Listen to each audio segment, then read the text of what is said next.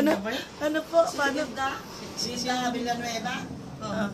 Yung manager natin. Practice kayo, toka mga araw ang paglilinis. Oh, tapos? Eh, hindi marunong magluto ng Papaya.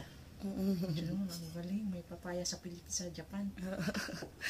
Tapos paano niya ano ginawa niya doon sa ano? Toka niya toba niya ng Pagluluto daw. Tapos yamad nga daw. Ngayon, nagalit daw si Liwayway. Nag-ano-ano daw yung mga Hinagis. Sabi yung Mami Linda. Yan ang kapatid ko. Maniniwala kayo. Hindi kayo napunta na naman sa bahay si Linda Villanueva. Di ba nagpunta nung kondo? Si Mami, oh. Oo. Ngayon, ako naman, binigyan ko siya ng 1 bultong bigas. Mewa ko Hindi mo na kapatid. natatandaan yun yung Liwayway? Pati, bakit ganyan hiwa mo? eh, paano na ba ang hiwa? Basta na hindi pare-pare. Yan, may malaki, may malaki. May malaki na.